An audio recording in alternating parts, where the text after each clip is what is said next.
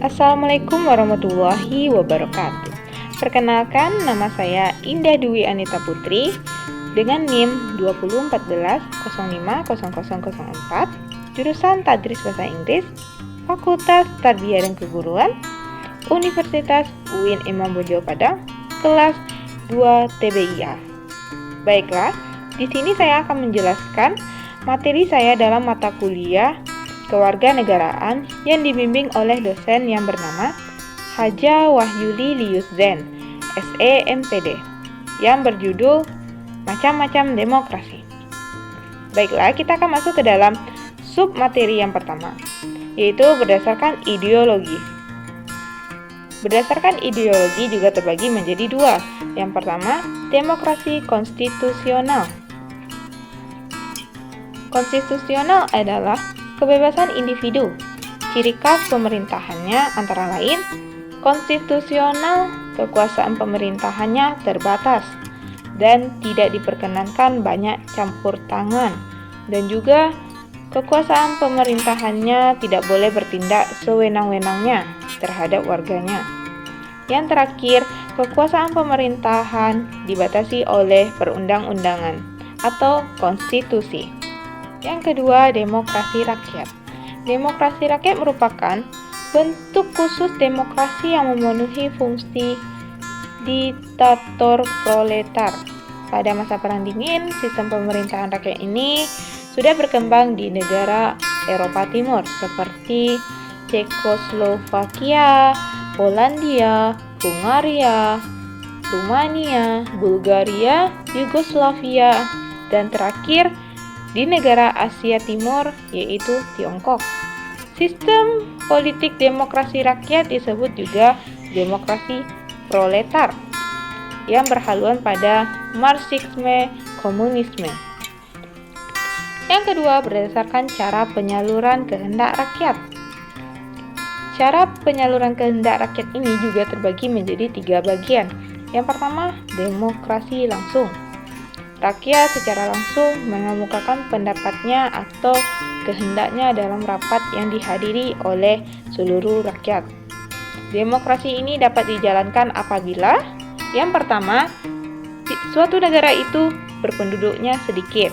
Yang kedua, luas wilayahnya relatif sempit atau kecil. Sistem pemerintahan ini juga pernah diterapkan di suatu negara, yaitu Athena pada zaman Yunani kuno pada abad keempat sebelum Masehi. Yang kedua, demokrasi perwakilan atau demokrasi representatif. Maksud dari demokrasi perwakilan ini adalah dalam demokrasi perwakilan, rakyat menyalurkan kehendak dengan memilih wakil-wakilnya untuk duduk di dalam suatu lembaga atau menjabat di lembaga perwakilan atau parlemen. Yang ketiga, demokrasi perwakilan sistem referendum. Merupakan gabungan demokrasi langsung dan demokrasi perwakilan.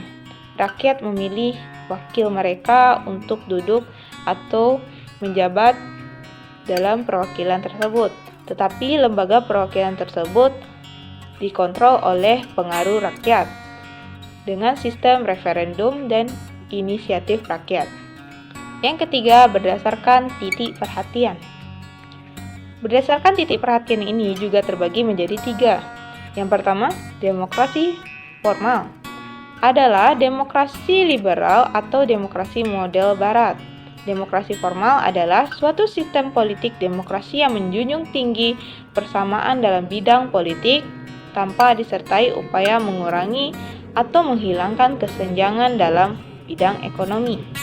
Dalam demokrasi formal, semua orang dianggap mempunyai derajat dan hak yang sama. Yang kedua, demokrasi material. Demokrasi material adalah sistem politik demokrasi yang menitikberatkan pada upaya menghilangkan perbedaan antara dalam bidang-bidang politik. Sedangkan persamaan bidang politik kurang diperhatikan. Bahkan kadang-kadang dihilangkan untuk usaha mengurangi perbedaan di bidang ekonomi dilakukan oleh partai penguasa dengan mengatasnamakan negara di mana segala sesuatu sebagai hak milik negara dan hak milik pribadi tidak diakui. Yang ketiga, demokrasi gabungan. Demokrasi gabungan adalah demokrasi yang menggabungkan kebaikan serta membuang keburukan demokrasi formal dan demokrasi material. Persamaan demokrasi dan hak setiap orang diakui. Tetapi demi kesejahteraan rakyat, seluruh aktivitas rakyat juga dibatasi. Upaya yang dilakukan oleh pemerintah untuk kesejahteraan rakyat jangan sampai mengabdikan apalagi menghilangkan persamaan derajat dan hak asasi manusia. Baiklah, hanya segitu saja yang bisa saya jelaskan. Jika ada kata-kata yang salah, saya mohon maaf. Saya akhiri dengan Assalamualaikum warahmatullahi wabarakatuh.